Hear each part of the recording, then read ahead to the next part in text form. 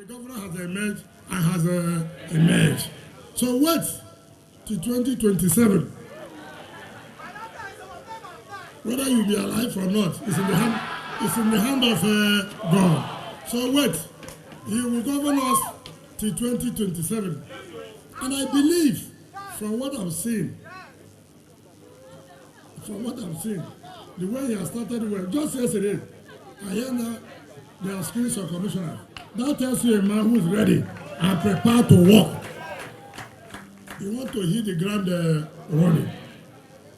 So you can see somebody who is prepared for governance. He's not waiting. Which means before he came, he had put himself down, he had looked at people and said, well, if this thing happens, this is what I'm likely to do. And we're not going to relent. We're going to support the governor.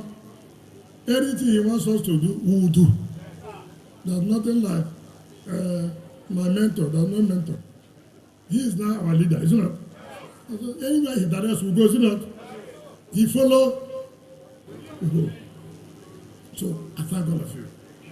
This is my first time where I've allowed my wife to be honored traditionally. We're not saying that without us you may not be governor. But we're saying it may be difficult. That's what he said. It may be difficult because we have always changed. Well, once our results come out, it's a different thing, is it not? Is it not? Not that it can be, but it likely be difficult.